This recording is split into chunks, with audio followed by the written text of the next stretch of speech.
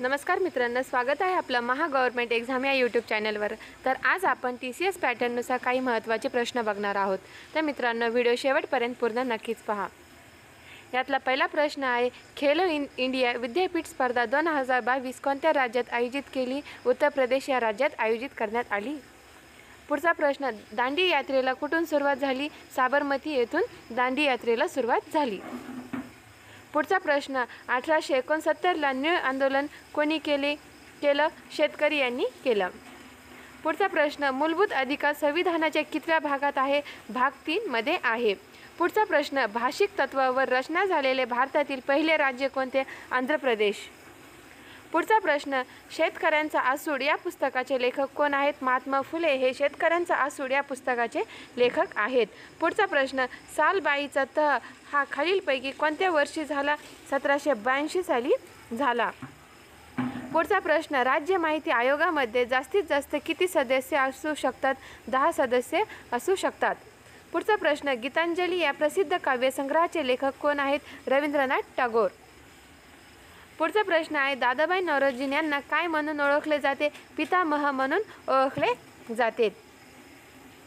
पुढचा प्रश्न आहे, कोणत्या घटना दुरुस्तीत अधिनियमानुसार मतदानाचे वय 21 वरून 18 वर्ष करण्यात आले आहे? 61वी घटना दुरुस्ती जी 1988 साली झाली होती। पुढचा प्रश्न, ईमेलमधील BCCचा फुल फॉर्म काय आहे? ब्लाइंड कार्बन कॉपी आहे। पुढचा प्रश्न, दादाभाई नौरोजी यांनी लंडनमध्ये कुठल्या पार्टीची स्थापना केली? द ईस्ट इंडिया असोसिएशन या पार्टीची स्थापना केली। पुढचा प्रश्न आहे, इंटरनेटद्वारे एखादा कम्प्युटर काय वापरून ओळखतात? IP ॲड्रेस म्हणून वापरून ओळखतात। पुढचा प्रश्न, येलो फीवर कोणता डास चावल्याने होतो? एडिस इजिप्ट हा डास चावल्याने होतो। पुढचा प्रश्न, रेल्वेने ऑनलाईन सिस्टम चालू केली आहे, त्याच्यामध्ये PQWLचा फुल फॉर्म काय आहे? याचा आहे पूल कोटा वेटिंग लिस्ट। पुढचा प्रश्न आहे, वंदे मातरम हे मुखपत्र कोणी सुरू केले? अरविंद घोष यांनी सुरू केले।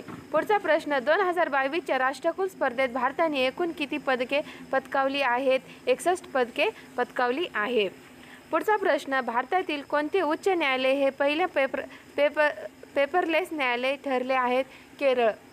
पुढचा प्रश्न आहे, राष्ट्रकुल स्पर्धेत स्वर्ण विजेत्यांना किती रुपये बक्षीस दिले जाते? 20 लाख रुपये बक्षीस दिले जाते। पुढचा प्रश्न, लॉर्ड वेल्स्ली यांनी कोलकात्यामध्ये उच्च न्यायालयाची स्थापना कोणत्या वर्षी केली? 1862 साली केली। पुढचा प्रश्न, राज्य पातळीवर माहिती आयुक्त अधिकारी नेमण्याचा अधिकार कोणाचा असतो? राज्यपालांचा असतो। पुढचा प्रश्न, खचदरीतून खालीलपैकी कोणती नदी वाहते? नर्मदा नदी ही खचदरीतून वाहते। पुढचा प्रश्न, स्वामी हे पुस्तक कोणी लिहिले आहे? रणजित देसाई यांनी स्वामी हे पुस्तक लिहिले आहेत। पुढचा प्रश्न आहे, ओल्ड लेडी गांधी म्हणून कोणाला ओळखले जाते? मातंगिनी हाजरा यांना ओळखले जाते। पुढचा प्रश्न, वीट या शब्दाला समानार्थी शब्द? कंटाळा। पुढचा प्रश्न, म्हातारा या शब्दासाठी समानार्थी शब्द कोणता? वृद्ध।